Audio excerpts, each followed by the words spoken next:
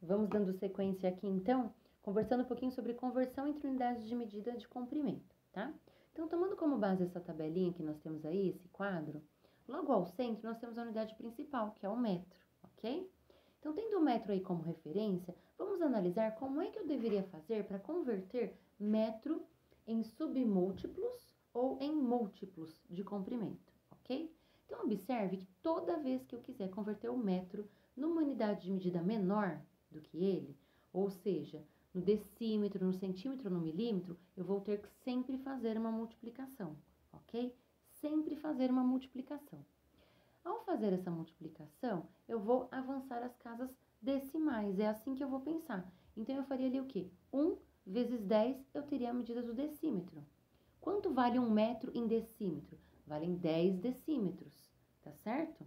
Porque 1 metro, dentro de 1 metro, cabe ali, ó, quantos decímetros? Cabem 10 decímetros, ok? Tá certo? Porque 1 decímetro é a 10ª parte de 1 metro. Então, para que eu tenha 1 metro todo, eu vou precisar de 10 decímetros, tá certo? Agora, se eu quiser transformar metro em centímetro, então 1 metro em centímetro. Então, imagine que 1 centímetro é a 100ª parte de 1 metro.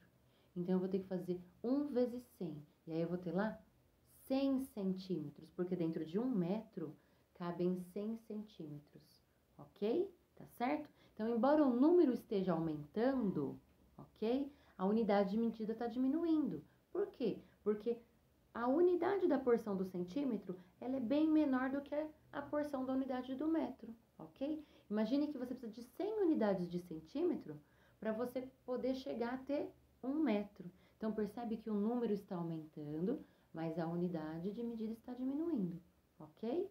Tá certo? Quanto menor o meu submúltiplo, menor será a fração correspondente a uma parte de metro, ok? Por isso que eu multiplico e por isso que o número fica maior. É importante que isso fique bem claro, tá certo? E aí, para nós, é mais fácil comparar o metro com o centímetro, porque é uma coisa do nosso dia a dia, do nosso cotidiano, que nós já estamos acostumados. E nós já conseguimos perceber que 100 metros tem a mesma medida que 1 metro, tá certo? São ali, ó, medidas equivalentes, ok? Bom, então, da mesma forma, se eu quiser transformar metro para milímetro, eu vou fazer uma multiplicação. Por quanto? Por 1000. Por quê? Porque 1 milímetro é a milésima parte de 1 metro, ok? Então, eu vou ter que ter ali quantos milímetros para eu poder chegar em 1 metro? Quantos? 1000 milímetros, ok? São equivalentes a 1 metro. Da mesma forma, se eu precisar converter metros em múltiplos, né? Portanto, em unidades de medida maiores de comprimento, como eu vou fazer isso? Então, imaginem um exemplo cotidiano nosso. Se eu for calcular a diferença, por exemplo, de Osasco para Itapevi, será que é conveniente eu fazer essa distância em centímetros? Imagine a regra de 30 centímetros. Quantas réguas eu iria precisar para calcular essa distância? Centímetro seria uma unidade muito pequena, né? E um metro? Então, imagine que também eu precisaria aí, se eu fosse usar uma trena, uma fita métrica, quantas eu iria precisar? Não é mais fácil, distâncias muito longas como essas, percursos muito grandes, nós normalmente fazemos pelo quê?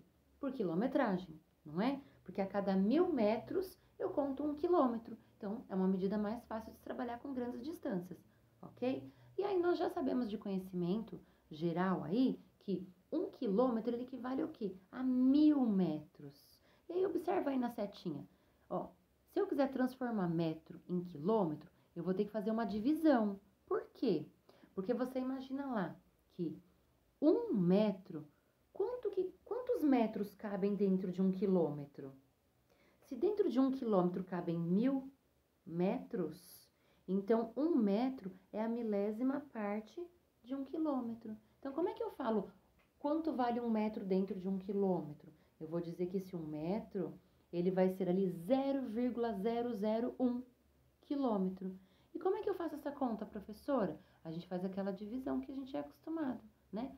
1 como dividendo, 1000 como divisor. E da mesma forma, a gente vai proceder ali com o hectômetro e com o decâmetro, que são unidades de medida que na vida cotidiana a gente não utiliza com muita regularidade, tá bom? Então, gostaria que vocês dessem uma atenção mais especial aí na conversão de metro para quilômetro, porque é uma coisa que a gente utiliza muito na vida cotidiana para grandes percursos.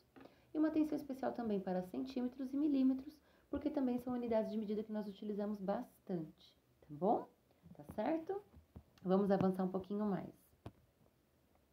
Bom, e aqui a professora compartilhou com vocês uma outra tabela que também tem na apostila para facilitar a conversão de vocês, não é? Só que aqui a professora está propondo a conversão de uma unidade para a imediatamente seguinte, tá certo?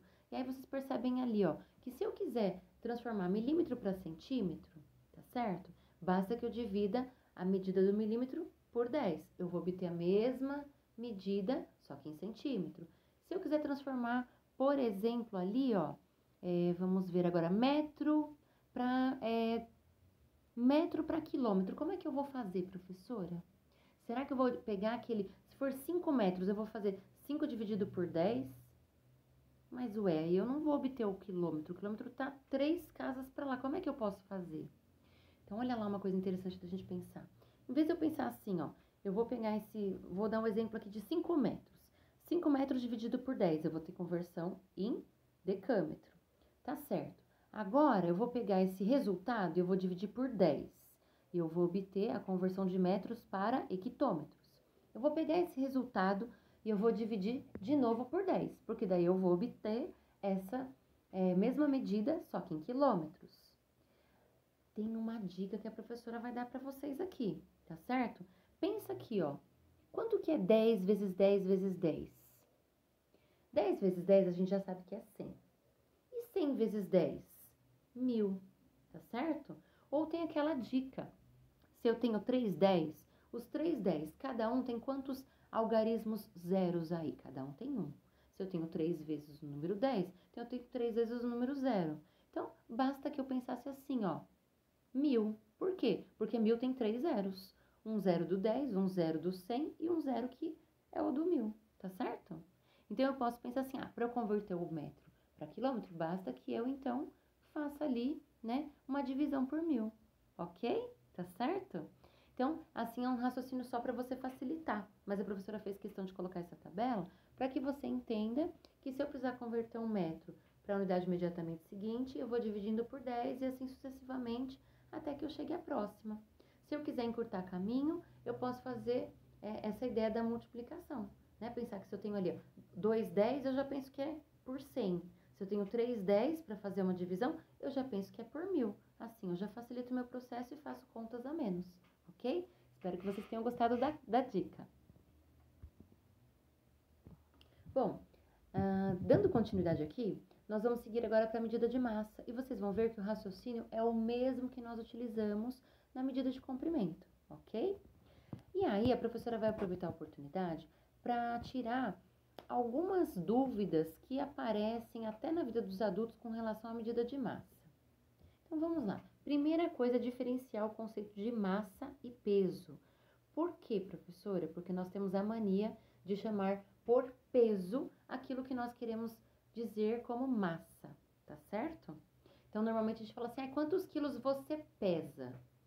E aí nós falamos quantos quilos nós pesamos, não é isso? Então, na verdade, nós temos que dizer quantos quilos nós medimos, qual a nossa medida de massa. Então, vamos observar qual é a diferença básica de massa para peso, ok? Quando eu falo em medida de massa, eu falo em quantidade de matéria, tá certo? Tudo aquilo que você utiliza para ocupar um volume no espaço, tá? Então, a sua matéria, a sua parte física, né? A sua parte que ocupa um lugar no espaço. Então, todo esse preenchimento aí que você tem, tá? Toda essa matéria, eu vou chamar de massa, ok? E essa massa, que ela envolve tudo aquilo que a gente entende que é por peso, mas é a massa, é a matéria, tá? Ela não varia. Então, essa medida de massa, se eu tiver aqui em Osasco, que eu moro em Osasco, né? A minha medida de massa é a mesma se eu estiver em Itapevi. Se eu estiver no estado de São Paulo, a minha medida de massa é a mesma que se eu estiver no estado do Rio de Janeiro. Se eu estiver no Brasil, a minha medida de massa é a mesma que se eu estiver lá no Japão. A minha medida de massa ela é a mesma se eu estiver no planeta Terra e se eu estiver na Lua, por exemplo. Isso não vai mudar, porque a matéria que ocupa o espaço ela é sempre a mesma. Então, essa medida de massa, ela não vai variar, ok? Ela é a mesma em qualquer lugar. Agora, olha aí a diferença de massa para peso. O peso vai variar sim, tá? Quando que o peso vai variar? Quando eu tiver força gravitacional diferente. Então, quando eu falo em peso, eu estou falando do quê? Da força que o meu corpo exerce com relação à atração para o centro da Terra. Então, lá no centro da Terra, tem uma força magnética que me puxa para baixo. Por isso que eu não saio voando. Observe que a força gravitacional no planeta Terra, ela é bem diferente do que lá na Lua. Percebe que quando a gente vê imagens, reportagens que falam de astronautas que vão para a Lua, eles não ficam lá meio que saltitando, pulando, voando. Porque lá a força gravitacional é muito diferente do que aqui no planeta Terra. Então o peso também vai variar, porque a força de atração para o centro do corpo celeste é diferente, tá certo?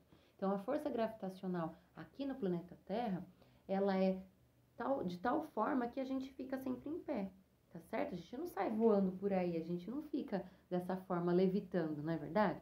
Já se a gente for para a Lua, a medida de massa é a mesma, mas a força que a gente exerce para o centro gravitacional ali é diferente, ok? Então, não falamos em peso, falamos em massa, tá certo? Outra coisa que é uma dúvida recorrente aí, não só entre as crianças, mas também entre os adultos. Como você leria essa medida que está escrita aí, nessa tira?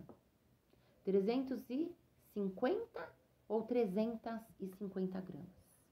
Então, imagine que você foi ao supermercado e você vai pedir para comprar queijo mussarela. E aí, como é que você falaria? Você diria assim, me dá 300 gramas de mussarela ou me dá 300 gramas de mussarela? Pausa esse vídeo e pergunta aí pro pessoal da sua casa. Vamos ver o que eles vão responder. Bom, vamos observar aqui a forma correta de falar isso. Então, quando nós utilizamos a palavra grama, referindo-nos à medida de massa, que é a matéria que ocupa o espaço, ok? Nós devemos pronunciá-la no masculino. Por quê? Porque eu falo o grama, o quilograma, tá certo? Então, eu falo 300 gramas, 250 gramas, tá certo? Então, sempre no masculino. Embora a maioria das pessoas, por costume, falem no feminino, falem 300 gramas, não, 300 gramas, ok? Bom, então vamos avançar um pouquinho aqui e ver com relação a unidades de medida. Como é que eu vou medir a grandeza massa, tá bom? Como é que eu vou medir? Eu vou me utilizar de unidades de medidas que muitas delas vocês já conhecem, né? Então, nós temos como unidade principal aí, grama, que é uma unidade conhecida por vocês. O grama, não é a grama, porque a grama é quando eu falo daquela grama daquele vegetal. A grama é vegetal. O grama, unidade de medida de massa, ok? Então, lembra bem disso. A grama verdinha, o grama, unidade de massa, unidade de medida de massa, ok? Então, vamos lá. Bom, provavelmente são bem mais conhecidas por vocês aí quais unidades de medida. Grama, quilograma e miligrama, tá certo? Porque é o que a gente mais observa aí nos produtos que nós compramos no mercado, por exemplo, tá? A medida de massa é calculada aí muitas vezes ou em miligrama, se é uma porção menor, tá? Se é um produto que ele tem uma massa menor, em grama e em quilograma, ok? Nós também sabemos que tem aí a tonelada, né? Quando eu tenho uma medida de massa muito grande, a gente utiliza tonelada, tá certo? Mas pro dia a dia aí, basicamente essas três. E aí a gente observa aqui o mesmo raciocínio utilizado para o comprimento. Se eu quiser converter ali grama em decigrama, centigrama, em miligrama, em decagrama, hectograma, quilograma, eu vou usar o mesmo raciocínio. Toda unidade que for menor do que grama, eu vou fazer uma multiplicação por 10, por 100, por 1000.